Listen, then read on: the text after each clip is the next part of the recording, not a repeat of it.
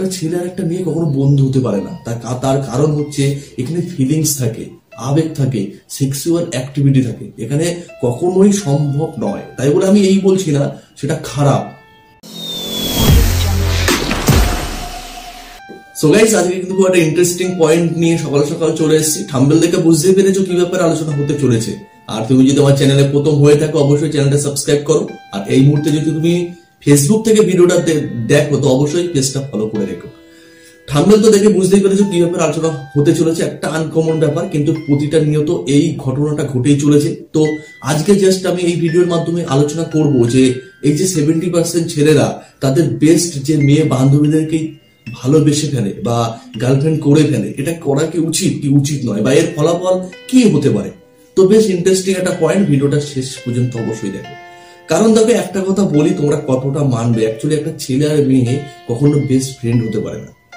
হ্যাঁ, একটা ছেলে আর মেয়ে কখনো একটা বেস্ট ফ্রেন্ড হতে পারে না। কারণ আমরা দেখি আশেপাশে একই ক্লাসমেট বা একসঙ্গে চলছে ফিরছে, একে অপরের সঙ্গে বন্ডিংটা ভালো, তার জন্য হট করে বলে যে ও আমার বেস্ট ফ্রেন্ড, ও আমার বেস্ট ফ্রেন্ড। সেটা ছেলেটা মেয়ের ক্ষেত্রে বলতে পারে, এটা মেয়েটা ছেলের ক্ষেত্রেও বলতে পারে। কিন্তু এদের দুজনের মধ্যে কখনোই একটা ফ্রেন্ড রিলেশন মানে থাকাটা উচিত নয় বা কখনো থাকে না, ওটা ওপরের। কারণ হয়তো আমি সেই মেয়েটাকে খুব পছন্দ করি, যে আমার বেস্ট ফ্রেন্ড হয়ে রয়েছে, আমি খুব তাকে পছন্দ করি, কিন্তু তার সঙ্গে আমার বন্ডিংটা খুব ভালো, ফ্রেন্ডলি সম্পর্কটা ব্যাপক ভালো। হয়তো 7-8 বছর ধরে আমরা একসঙ্গে পড়ে আসছি, একে অপরকে চিনি জানি, কিন্তু আমার ওর প্রতি যে আমার যে ফিলিংসটা, যে লাভ ফিলিংসটা, সেটা হয়তো আমি বলতে পারছি না। যদি আমি বলে ফেলি হয়তো সে আমার গার্লফ্রেন্ড হয়ে গেল, বা যদি বলি তারপর হয়তো আমাদের বন্ধুত্ব সম্পর্কটাও নষ্ট হয়ে গেল, সে যদি আমাকে না পছন্দ করে।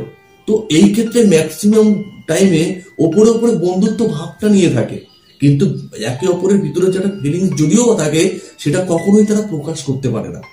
আর আমি এই যে তোমাদের যে কথাটা বললাম যে একটা ছেলে আর একটা মেয়ে কখনো বন্ধু হতে পারে না, তার কারণ হচ্ছে এখানে ফিলিংস থাকে, আবেগ থাকে, সেক্সুয়াল অ্যাক্টিভিটি থাকে, এখানে কখনোই সম্ভব নয়। তাই বলে আমি এই বলছি না সেটা খারাপ অ্যাক্টিভিটি কখনোই বলছি না। কারণ দেখো, একটা ছেলে একটা মেয়ের প্রতি সেক্সুয়াল অ্যাক্টিভিটি স্বাভাবিক হবে, সে যদি দেখতে ভালো হয় তার প্রতি একটা অন্য অ্যাট্রাকশন কাজ করবে, এগুলো মোটেও খারাপ নয়, এটা প্রতিনিয়ত হয়ে চলেছে।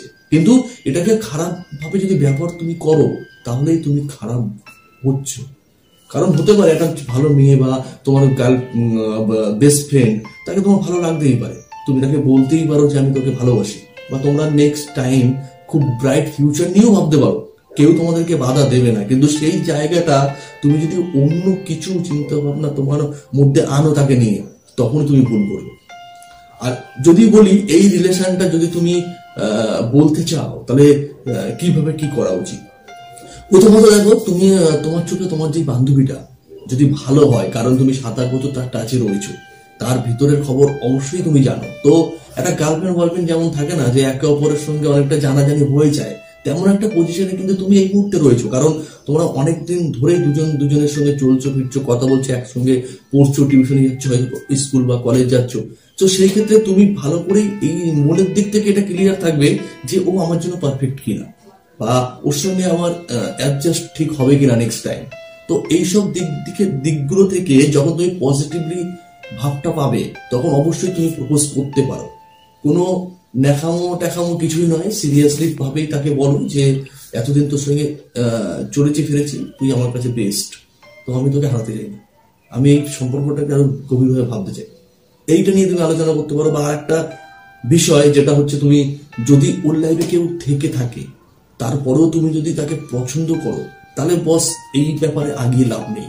কারণ জোর করে কখনোই ভালোবাসা হয় না। তার লাইফে যখন একজন রয়েছে, তার মাঝখানে 3rd% হয়ে তাদের সম্পর্ক নষ্ট করে তাদের কাছে বরঞ্চ তুমিও খারাপ হয়ে যেও না, বা ভালো হওয়ার চেষ্টা করো না।